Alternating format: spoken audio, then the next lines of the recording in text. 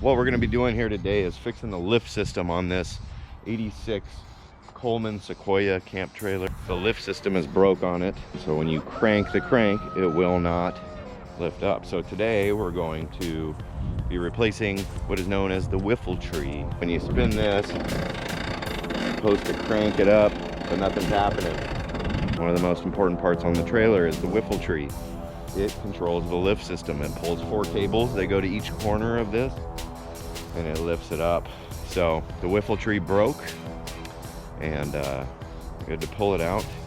And this is a ball bearing style Whiffletree, so we're gonna replace it with an aftermarket Whiffletree that is not ball bearing style. Let's go open it up. So this is the old Whiffletree system, and it is super covered in grease. So I'm gonna wear these handy little blue gloves. The 4 cables run into these holes, and as you crank the crank, this is supposed to spin, move this forward, pulling those cables, hoisting the lift system. But the ball bearing system in here broke. As you can see, when this spins, it just spins. And so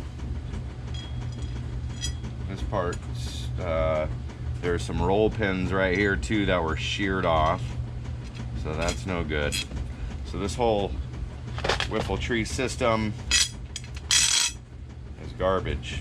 Here's all the parts left over from taking out the Whiffletree. There's a whole bunch of nuts, there's some bolts, there's some of these roll pins. They need to be tapped out with a hammer and a punch. And there's a zipper, that doesn't belong in there.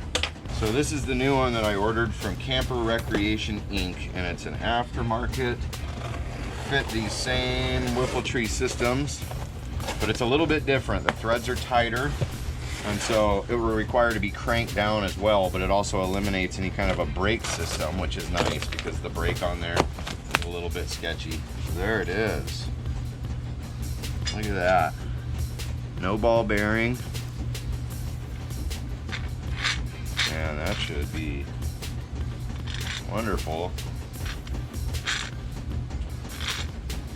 So this is going to go towards the rear of the trailer, and this is going to go thread this all the way down.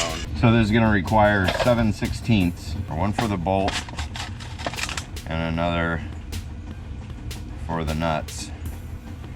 Also, we've got to put the roll pins back in. These little roll pins are going to go back, and they go through the shaft. It's going to be a tight fit, but that's how they're supposed to work. And they will just tap in with the hammer. So here we are at the trailer. Here's the pan that protects the Whiffletree system. And if you look here, you can see all the ball bearings from the old system where it exploded. So as it was trying to pull it forward, the ball bearing thing blew up, left these little bearings in the grease. They're greasy. I'm going to use this tool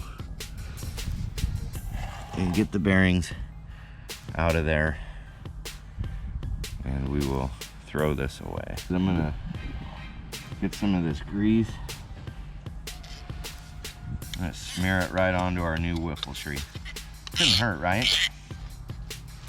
Oh yeah, see that? It just glides like butter now. I got some chickens. The neighbor's chickens are here threatening me. Go away! Whole flock of roosters right here trying to mess with me, man.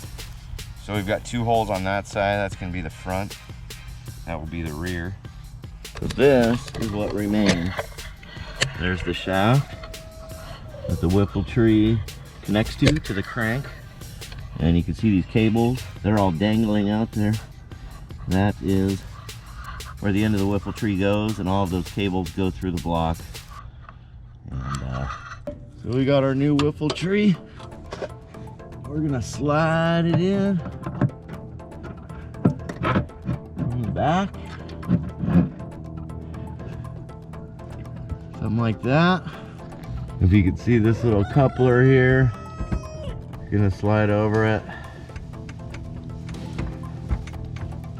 and this is where our roll pins are gonna go in. We're gonna take our hammer Look at it.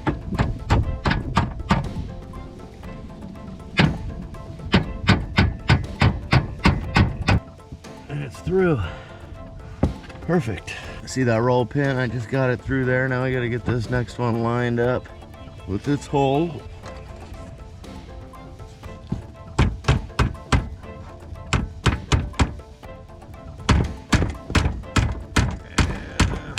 Yeah, there we go. There we go. We've got one more back here. I use this Allen wrench to locate the hole.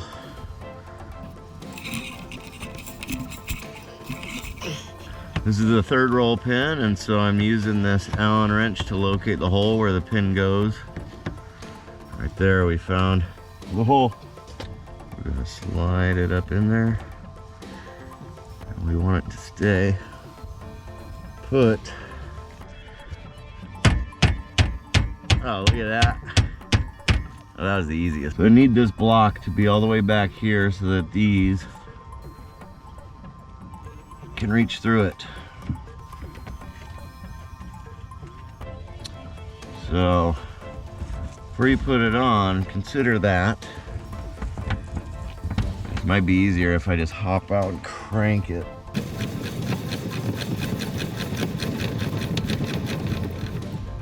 Got enough room. Oh yeah. So you see that? Cable goes through there. On goes our lock washer. Nut number 1.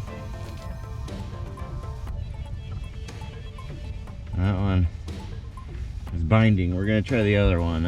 I don't want to fight with things, okay? Done fighting. So we're gonna start to crank these down tight.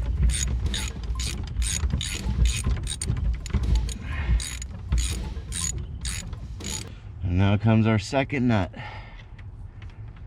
This one's gonna lock that one in place.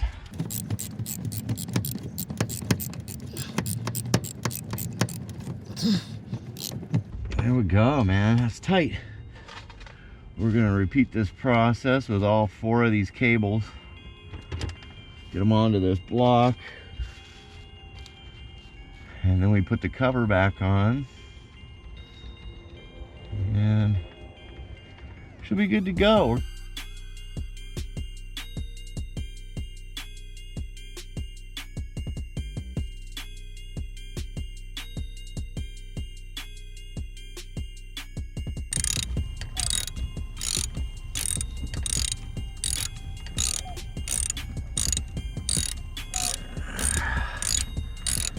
So now we're gonna put our plate back on underneath here.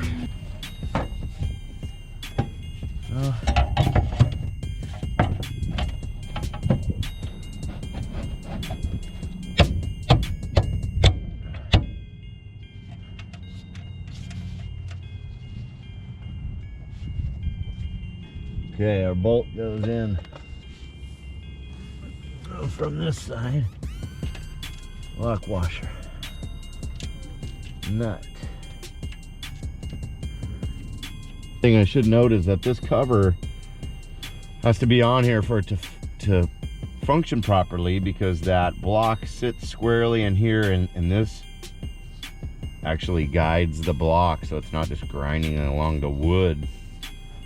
And so that might have contributed to my difficulty in raising it without the guard on. So it's more than just a guard, it's actually a guide.